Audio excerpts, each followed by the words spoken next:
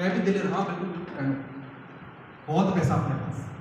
लेकिन जैसे जैसे धीरे धीरे बड़ा हुआ ना, 12 साल की उम्र हुई, मेरे को पता चला कि मेरे पापा को बिजनेस में बहुत बड़ा नुकसान हो गया और लाखों रुपए के कर्ज में। एक वक्त था जब दुकान में पापा के साथ कभी मैं बैठा करता था तो बहुत सारे लोग आते थे, बैंकर्स आते थे, बड़े बड़े शहर के लोग आते थे, तो वो इज्जत से बात करते थे और बोलते थे कि सर हमारे पास आप खाता खुलवा लीजिए, हमारे से लोन ले लीजिए, ये कर लीजिए, वो कर लीजिए। और एक वक्त बदला, जो लोग पहले आकर हाथ जोड़कर बातें किया करते थे वही लोग उल्टी बात करने लगे। वो पैसा मांगने के लिए आए। होता है ना, जब किसी का कर्ज होता है तो वो सीधे मुंह बात नहीं करता, उल्टे मुंह बात करता है, और वो शब्द बोलता है तो दिल को चुभ जाता है। मैं भी कई बार बैठा रहता था, बैंक के लोग आते थे, जब औकात थी तो ले क्यों लिए इतना, क्योंकि सिचुएशन बदल गई, हालात बिगड़ गए, कर्ज में डूब गए, सामने वाले को जवाब नहीं दे सकते थे, सिर्फ एक ही बात बोलते थे, ठीक है भाई साहब जब भी आएगा दे देंगे। लेकिन हर बार कोई ना कोई नई बातें कोई ना कोई सुनाता था। रोज मेरे दिल में कांटे चुभते थे कि यार पापा को ऐसा सब कोई बोल कैसे देगा। दिल तो करता था साले को मर्डर कर दूं, लेकिन सोचता था कि मर्डर करने से मिलेगा क्या, मैं ही जेल में चला जाऊंगा। उम्र बहुत छोटी थी, 11-12 साल का था मैं। 11-12 साल का था। एक दिन पापा जी, मेरे बर्थडे का दिन था, पापा आए मेरे पास। उस समय हमारे पास इतनी हैसियत नहीं थी कि हम अच्छे से रह पाए, जितना होता था जितना आता था उसमें ही घर का गुजारा होता था। पापा मेरे पास आए रात में, मेरे को लगा, मैं खुश था बहुत कि आज मेरा बर्थडे, मेरे कपड़े आएंगे, केक आएगा तो आपको केक कटेगा। पापा रात को आए और धीरे से आकर मेरे को बोलते, बेटा मेरे को माफ कर दो। मतलब क्या होगा?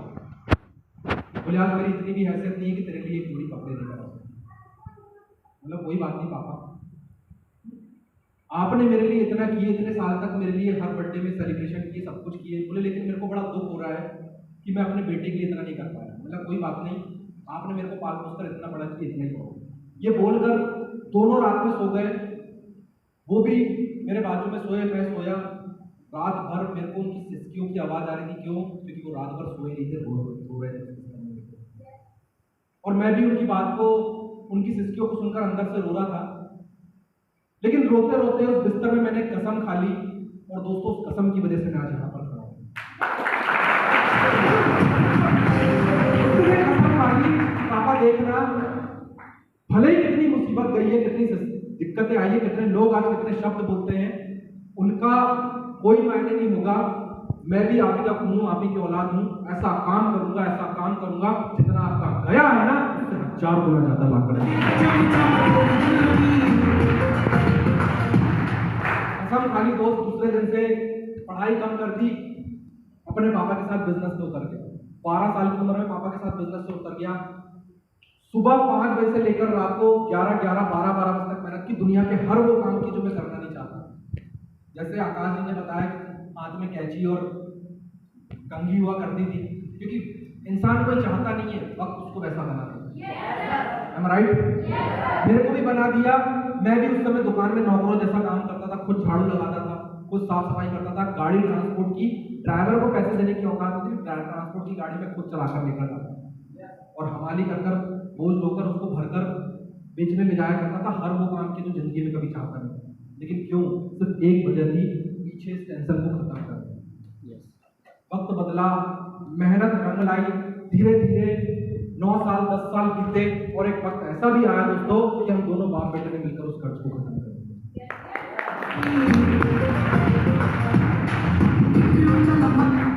सिंसियर पहले से था, जिम्मेदारी पहले से थी, पढ़ाई भी साथ में चल रही थी, दुकानदारी भी साथ में चल रही थी। स्कूल में टीचरों को एक चीज पता थी कि ये अपने पापा का बिजनेस भी संभालता है, दिन रात मेहनत भी करता है। सुबह से आकर स्कूल आता है, पढ़ाई करता है, फिर घर जाते से ही बैग रख के दुकान पहुंच जाता है। दिन भर वहीं, कोई ट्यूशन नहीं, दुकान में ही पढ़ाई होती। जितना टाइम मिला उस टाइम में पढ़ाई करता था। रात में 11-12 बजे घर पहुंचूंगा, सुबह फिर उठ के नहा धो के तैयार होकर दुकान जाऊंगा, फिर 7 बजे स्कूल जाऊंगा, फिर वापस आके 11-12 बजे के बाद फिर दुकान। साल भर में मेरी प्रेजेंटेशन निकलती थी, स्कूल की प्रेजेंट, सिर्फ 40-45 दिन। एक साल टीचर ने बोली, 2 साल बोली, तीसरे साल से बोलती है यार तू क्या करता है, तो हर बार धमकी देते हैं हम लोग कि स्कूल में देखो एग्जाम में बैठने नहीं देंगे, तो फिर भी गैप मारता है। मतलब देखो तुम्हारी मर्जी है, अगर नहीं बैठने देना तो मत बैठने दो, 1 साल ही बर्बाद होएगा, अगले साल पढ़ लूंगा, लेकिन जो जिम्मेदारी मेरे ऊपर है उसको खत्म करना मेरे लिए सबसे ज्यादा साल साल कर रहे 45-50 दिन की प्रेजेंट थी, टीचर को पता था, इसलिए वो भी समझा ठीक है। पढ़ाई लिखाई में वैसे ही दिमाग में लगता था क्योंकि पैसा लग गया था उसमें। वॉइस बात है, जब पैसा आ जाता है ना तो फिर पढ़ाई में दिमाग नहीं लगता। सही बात है ना? बिजनेस किया, पैसा कमाया, लाइफ सेट होने लगी। जब कर्ज खत्म हो गया, समस्या खत्म हो गई, उस समय मेरी उम्र 20-21 साल के आसपास हो चुकी होता ना। जब 20-21 साल की उम्र होती है तो हमारे अंदर बहुत सारे अरमान जागते हैं। पता है कैसे? मैं दुकान में बैठा था, मेरे जो बैचमेट्स थे, मेरे जो दोस्त थे, वो गाड़ी खरीद के लाते थे, पल्सर खरीद के लाए। दोस्त ने दुकान के सामने खड़ी किया, मेरे को बोलता भाई देख नई गाड़ी खरीदी। बोला अच्छा कितने की? 90,000 की। वाह यार, पापा जी उसके पुलिस में थे, पापा ने दिलवा दी। बोला मैंने भी नई गाड़ी खरीदा। बोलता कहाँ? मतलब वो देखो खड़ी। कितने की है? मतलब 22,000 की। 22,000 में गाड़ी है? मतलब तेरे पास पल्सर है, मेरे पास हैवी ड्यूटी। एक शक्कर की बोरी सामने, एक शक्कर की बोरी पीछे, और लेके चले अपन दुकान।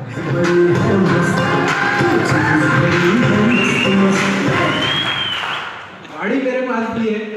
बोले लेकिन तेरी गाड़ी और मेरी गाड़ी में अंतर ये है कि तेरी गाड़ी में वजन बैठेगा और मेरी गाड़ी में, समझ रहे हो कौन बैठेगा? मेरे दोस्त हमेशा मेरे को चिढ़ाया करते थे, इतना स्मार्ट दिखता है, शकल सूरत अच्छी है, पैसा भी है तेरे पास। अबे हमारा जैसा सीख, थोड़ा थोड़ा कुछ घुमा फिरा कर। मतलब भाई ये सब काम अपने से नहीं चलते। वो हमेशा एक ही बात बोलते थे कि यार ऐश करने के दिन आज ऐश कर ले। मैं उनका था नहीं भाई, मेरे को मेहनत करनी, मेरे पीछे समस्या उसको खत्म करना। कई बार दोस्त आए दुकान में, आज पचमढ़ी घूमने का प्लान बनाए हैं, आज तिरुपति जा रहे हैं, उधर जा रहे हैं, चल रहा है क्या? मेरा दुकानदार तुम्हारा बाप करेगा, क्योंकि टाइम ही नहीं था इतना। पापा ने धीरे धीरे काम किया, एक गाड़ी खरीदी है डिस्कवर, 112 सीसी डिस्कवर गाड़ी खरीदे पापा ने मेरे लिए। गाड़ी लिया, गाड़ी खरीद तो लिया, लेकिन समझ नहीं आ रहा था चलाऊं कब। क्यों? 6 महीने हो गए गाड़ी को लिए हुए, और 6 महीने में मेरी गाड़ी सिर्फ 1500 किलोमीटर चली। कितनी? 1500। उसमें से 200 मैंने चलाई होगी, 13-1400 तो चाचा पापा ने इधर उधर घूमने फिरने में चला दिया। रात को 11 बजे दुकान बंद करने के बाद थोड़ा शौक कर लेता था कि यार गाड़ी लिया थोड़ा फील तो कर दूं, तो गाड़ी चालू करके बस स्टैंड तक घूम कर आता था। रात को 11 बजे के बाद गाड़ी लेकर जाता था और घूम के आता था कि चलो अपनी है। समय नहीं था कहाँ से चला गया। दिन रात बस पढ़ाई में लगा, वो दुकानदारी में लगे, कर्जा खत्म करने में लगे। वक्त आया, हालात बदले, लेकिन अब क्या इच्छा जान रही कुछ करना है। समझ नहीं आ रहा था क्या करूं। पापा को कई बार बोला कि पापा सब कुछ हो गया तो मैं थोड़ा कुछ कर लेता हूँ, पढ़ाई कर लेता हूँ। मेरे दोस्त इधर जाते उधर जाते, पापा एक चीज समझते बेटा फालतू लक्षणों में नहीं जाते, आज की दुनिया बहुत खराब है। लड़के फालतू की हरकतें करते हैं, अच्छा काम कर रहा है, इतना बिजनेस सेट है, आगे पैसा कमाएगा, लाइफ सेट होगी। लेकिन मेरे दिमाग में हमेशा एक सवाल आता था कि आज इतनी कम एज में मेरे पास समय नहीं है, आने वाले वक्त में क्या होगा, हालात कितने बुरे होंगे, पैसा बहुत होगा लेकिन समय की आजादी नहीं होगी। दिन रात में सोच रहा था, कहते ना कि जहां चाह होती है वहीं पर राह होती है। राइट?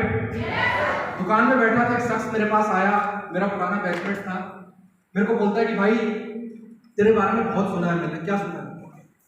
बोलता है यार तू दिन रात पापा की मदद करता है, मोहल्ले वाले, रिश्तेदार, आस पड़ोस के लोग, दोस्त भाई जितने भी, सब तेरी बहुत तारीफ करते हैं कि तू पैसा भी कमाता है, घर वालों को लेकर चलता है, लाइफ सेट है तेरी। मैं बोला यार स्वाभाविक सी बात है, कोई किसी की तारीफ करना तो बड़ी खुशी होती है, मेरे को बड़ी खुशी होती है, तारीफ कर रहा है। बोलता है यार लेकिन एक बात मेरे को समझ में नहीं आती। बोला क्या? बोले कितना कमा लेता महीने का? मैं कमा लेता हूँ 35-40 हज़ार रुपये। क्या बात है, बहुत बढ़िया, लेकिन बस इतना सा। जैसे ही उसने इतना सा बोला ना मेरे को गुस्सा आ गया। मैं बोला साले 20-21 साल की उम्र में तेरे को ऐसे कितने लोग मिलते हैं जो इतना पैसा कमा रहे हैं? भाई गुस्सा क्यों हो रहा है? बोले मैं तेरे को सिर्फ ये बोल रहा हूँ कि तू 15-15, 18-18 घंटे मेहनत कर रहा है और सिर्फ इतना सा कमा रहा है। मेरे पास एक ऐसा रास्ता है जहां से तू सिर्फ 4-5 घंटे काम कर लाखों रुपए महीने का कमा सकता है।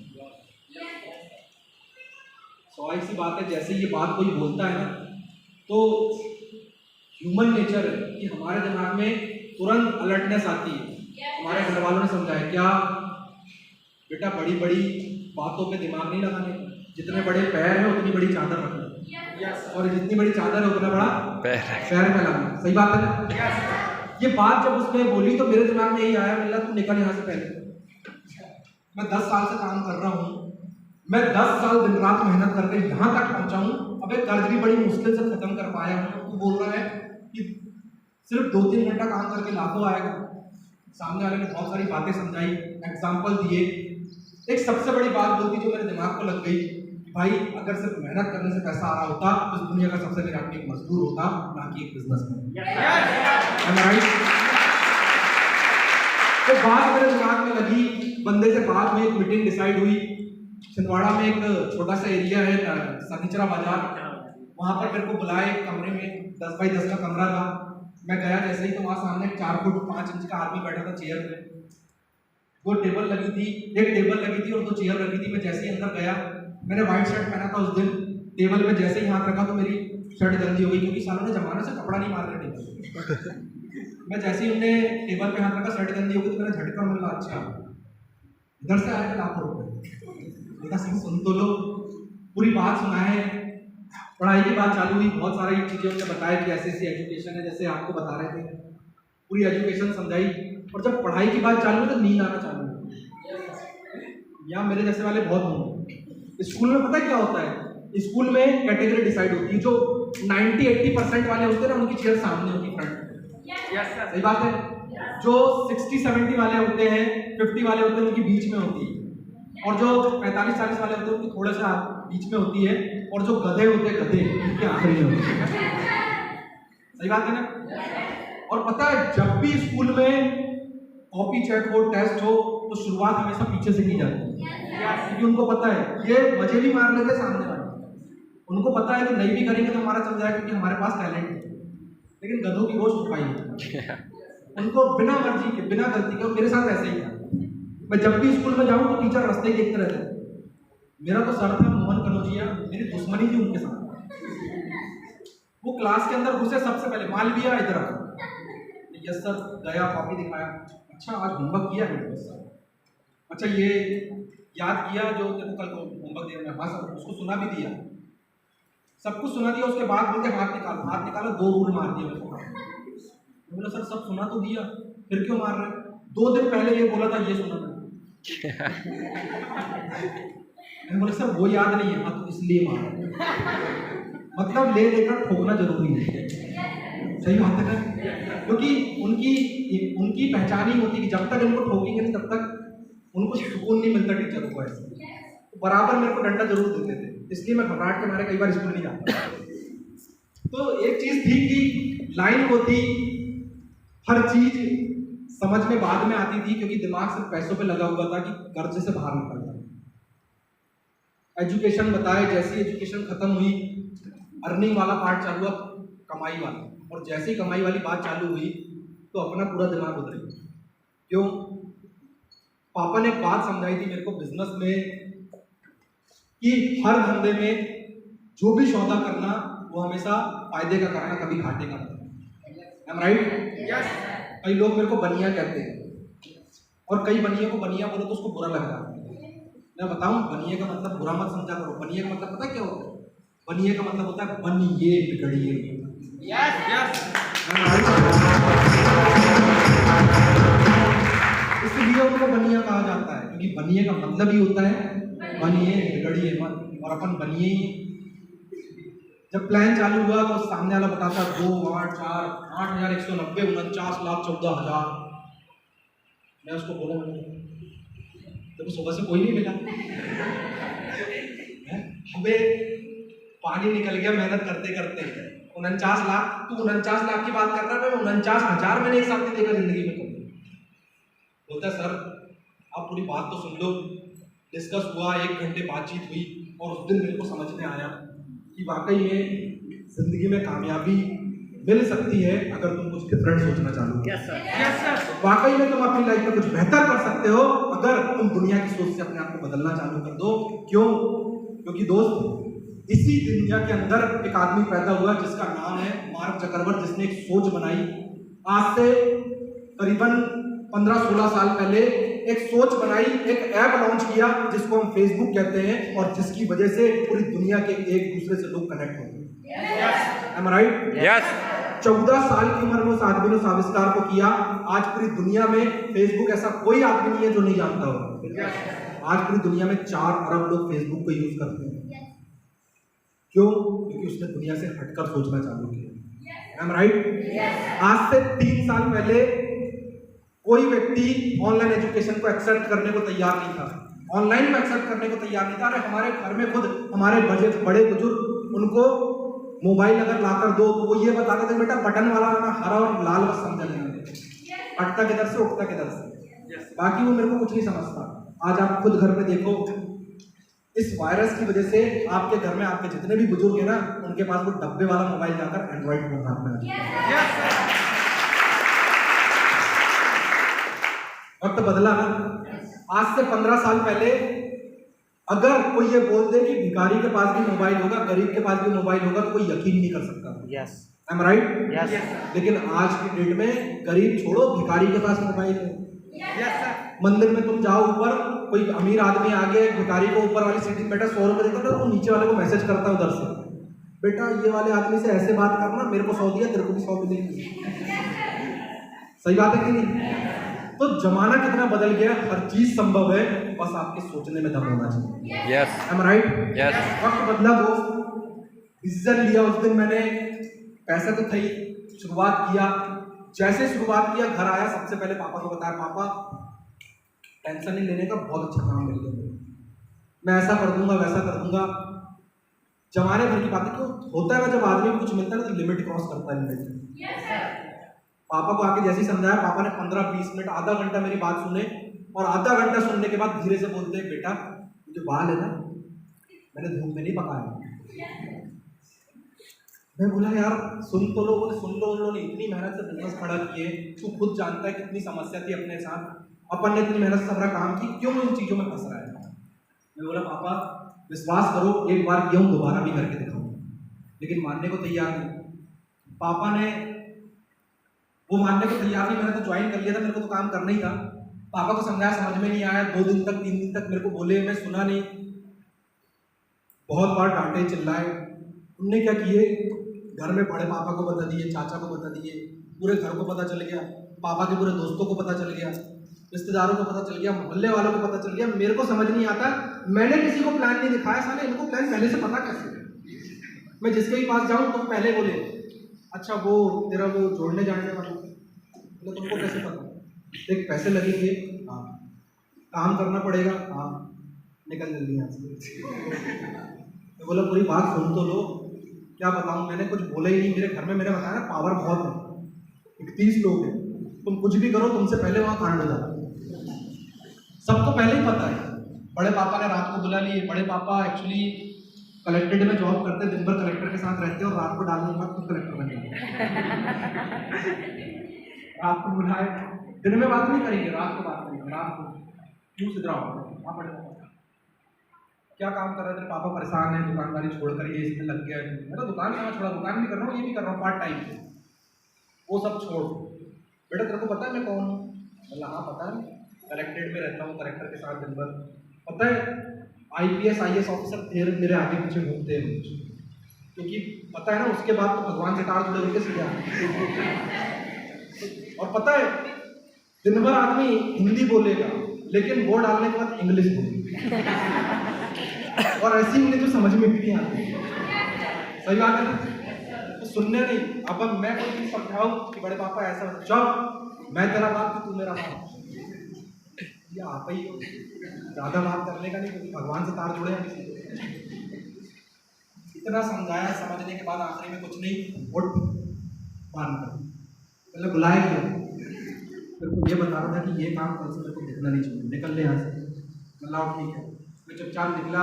जैसे ही बाहर आया, चाचा बाहर ही खड़े थे, चाचा बोले ऊपर आ। चाचा ऊपर में रहते घर, ऊपर आ। ऊपर गया, चाचा नेता, देखो नेता को सब कुछ चलेगा, उसकी इज्जत खराब नहीं होना चाहिए बस। सही बात है ना, भले ही जमाने भर के कर्मकांड खुद करेंगे, लेकिन उनकी इज्जत दूसरों की वजह से खराब नहीं होनी चाहिए। चाचा बुलाए, बोले सुना है तूने क्या काम कर रहा है? मतलब वो ऐसा ऐसा काम है। चाचा जब फालतू बात मत करना, साले कोई घर में कल को पैसा मांगने आया ना, नंगा करके डंडे से मांग दूंगा सामने। बोलो कुछ तो इज्जत कर लो। मैं पढ़ा लिखा हूँ, समझदार हूँ, इतना सब कुछ किया हूँ। घर वाले तुम कितने कुछ कर लो, घर वालों को एक ही बात कि तू देखो हमने पैदा किया, तूने हमको नहीं किया। सही बात है ना? मैं बोला इनको समझा के कोई मतलब नहीं। भाई को समझा दिया, दोस्तों को समझा दिया, सबको समझा दिया, कोई समझने को तैयार नहीं। मेरा बड़ा भाई ट्रांसपोर्ट का काम करता है, बहुत पैसा कमाता है, ऊपर से ड्रेस में भी है। मैं घर से निकलूं काम करने, टाई वाई लगाकर, रास्ते में रोक ले मेरे को, गाड़ी खड़ी की, पहले दो रखा, बात करें नहीं, पहले दो झापड़ा मारे। मारा क्यों? देखो मना किया ना फालतू काम करने का, टाई उतार साले, पहले टाई उतार जेब में रख, और सीधा दुकान में मिलना। अब भी आ रहा हूँ दुकान में, देखा तो बहुत मारूंगा। अपन भी खतरनाक, वो गाड़ी पलटा के उधर निकला, अपन भी गाड़ी पलटा के थोड़ी दूर तक गए, देखे गया कि अपन ने साइड में गाड़ी लगाए, फिर टाई निकाले, फिर लगाए जेब में, फिर चले अपन काम।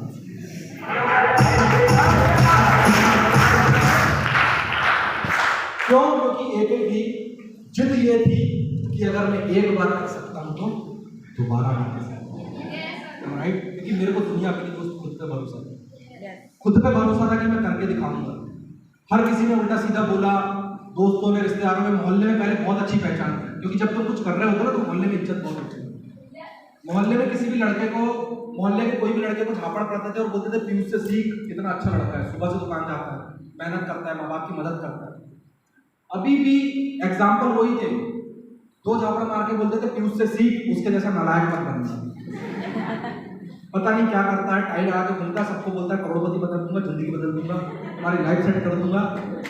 टाई लगा के घूमता रहता है, फॉर्मल कपड़े पहन लेता है और बड़ी बड़ी बातें करता है। मैं अपलाइन को जाकर बताऊं कि सर सुनते नहीं ये लोग, काम कर रहा हूँ, ऐसा होता है वैसा होता है। मेरी अपलाइन बस एक ही बात समझा कि दुनिया की बात सुनना बंद कर दे, अपनी सुनना चालू कर। क्या तू लाइफ में बेहतर करना चाहता है, जिंदगी बदलना चाहता है, सब चीज सुना। क्या है ना कि जब भी कोई काम करने जाओ, सबसे पहले लोग ये सवाल करते हैं कि यार तेरे जैसे कई देखे, बहुत आए बहुत गए। मेरे को लोग चैलेंज सौंपते रहते थे कि 6 महीने तू 6 महीने चला के दिखाना। दोस्तों 10 साल हो गए मेरे को इस सिस्टम में काम करते करते, वो 6 महीने वाले आज मेरे को दिखते नहीं, पता नहीं चलता।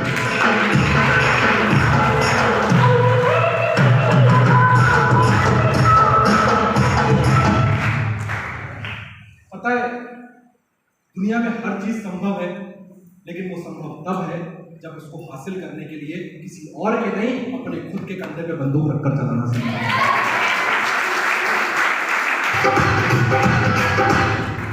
बहुत लोगों को समझाया, बहुत सारे प्लान दिखाए, हर कोई बस एक ही बात समझाता था कि शकल देखा है नहीं।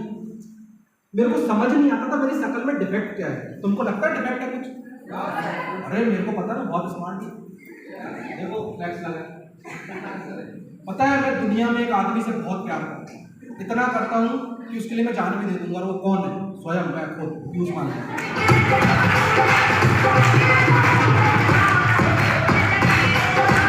तो क्यों ये शब्द मैं आपको बोल रहा हूँ? आपको लगता होगा अपने मुंह से अपने दे रहा है।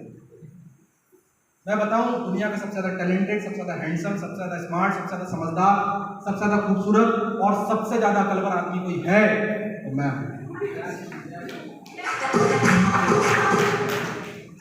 मैं हूं क्योंकि मैं मानता हूं कि मैं हूं। तुम नहीं मानते, तुम्हारे लिए तो मैं क्या करूं उसके लिए?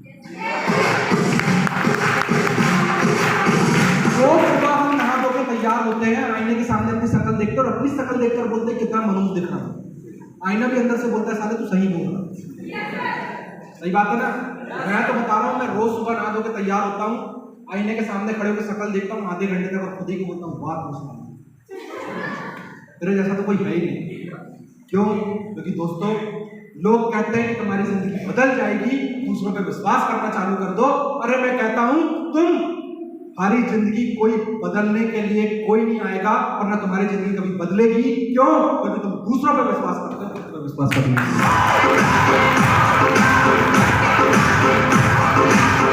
अरे कम से कम अपनी तारीफ कर लिया करो भाई, खुद की तारीफ खुद के मुंह से कर लिया करो। दुनिया को लगता है कि तुम काले हो, तुम काणे हो, तुम अंधे हो, तुमको दिखता नहीं है, तुम्हारे हाथ ऐसे, तुम्हारे पैर ऐसे, तुम्हारा शरीर ऐसा है। दुनिया को